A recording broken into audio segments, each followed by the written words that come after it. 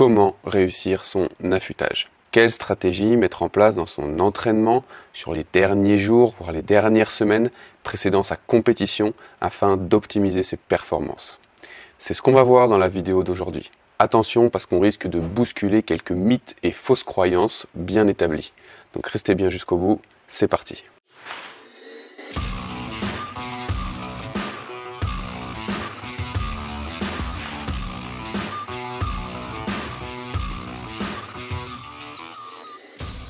Donc l'affûtage ou tapering en anglais. Qu'est-ce que c'est au juste? Eh bien, il s'agit de la dernière phase, du dernier cycle d'entraînement avant une compétition. Il a pour objectif de mettre en place une phase d'assimilation de l'entraînement déjà passé afin d'optimiser et de générer un pic de forme, ce qui va vous permettre de performer le jour J. C'est un microcycle qui en général peut durer de 5 à 10 jours, mais dans certaines conditions peut être étendu parfois à 2 semaines environ. Donc, qu'est-ce qu'on va mettre? Qu'est-ce qu'on va retrouver dans cette période d'affûtage? Premièrement, on va avoir une réduction du volume. Alors ça, c'est quelque chose qui est assez établi dans l'ensemble des plans d'entraînement. À l'approche d'une compétition, on a tendance à réduire le volume. Réduire le volume en heures d'entraînement et réduire le volume en kilomètres. D'une manière un petit peu plus précise, on parle d'une réduction de 50% voire 60% de ce volume. Ce qui est quand même quelque chose de très conséquent. Deuxièmement, il va être important de maintenir la régularité des stimulations. Et c'est là qu'on commence à voir un petit peu des écarts avec ce qu'on peut retrouver classiquement dans certains plans ou ce qu'on nous a, on va dire, enseigné autour de la course à pied. Il n'y a pas d'intérêt à réduire le nombre de stimulations. Si je m'entraînais 3 à 4 fois par semaine, dans ma période d'affûtage, j'ai pas forcément d'intérêt à ne m'entraîner qu'une ou 2 fois. Donc si possible, essayez de maintenir le même nombre de stimulations dans la semaine.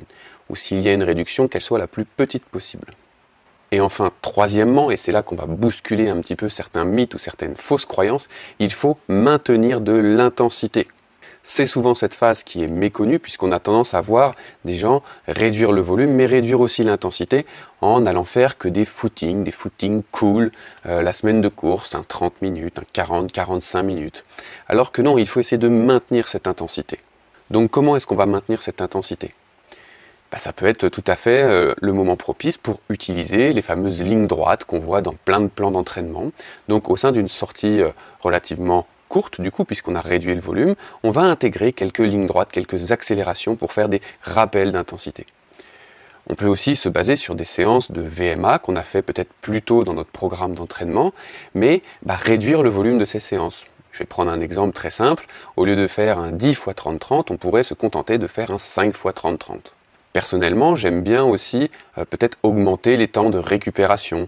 Ça m'arrive très classiquement de proposer des séances de 15-30, 15 secondes d'intensité pour 30 secondes de récup. Le but n'est pas là de développer mes capacités aérobie, mais bien de faire un rappel d'intensité. On peut également utiliser le renforcement musculaire qui va être un bon moyen de mettre de l'intensité avec un faible volume. Donc soit avec des séances de renforcement musculaire dédiées, et là peut-être attention à ne pas les faire trop proche de l'événement si jamais vous allez trop fort et que vous génériez des courbatures, mais vous pouvez tout à fait intégrer un petit peu de renforcement dans vos séances de footing de 30-40 minutes, ce qui va permettre d'augmenter l'intensité sans avoir augmenté le volume. Donc évidemment, un excellent affûtage sans la préparation adéquate avant n'aura pas forcément d'intérêt. Vous ne pouvez pas tout miser sur la période d'affûtage. La progression des performances est clairement un processus long terme et il doit respecter les deux grands principes de progression et de régularité des stimulations. Et tout ça, ça s'inscrit dans le temps. Donc malheureusement, c'est pas parce que vous aurez fait le meilleur affûtage du monde que vous performerez le jour J si jamais l'entraînement auparavant n'a pas été régulier et sérieux. Pendant cette période d'affûtage, il y aurait aussi certaines adaptations d'un point de vue nutritionnel qui seraient intéressantes à mettre en place, mais on fera une autre vidéo, un autre contenu dédié à cette semaine un petit peu pré-compétitive. Et en combinant tous ces effets, vous allez optimiser vos performances le jour J. Donc j'espère que ces quelques conseils vous permettront d'optimiser vos fins de préparation, que vous avez de beaux projets sportifs cet été et que vous allez pouvoir performer et atteindre vos objectifs. Je vous souhaite donc de très bonnes courses et de grands moments de sport cet été et je vous dis à la prochaine. Allez, ciao les runners.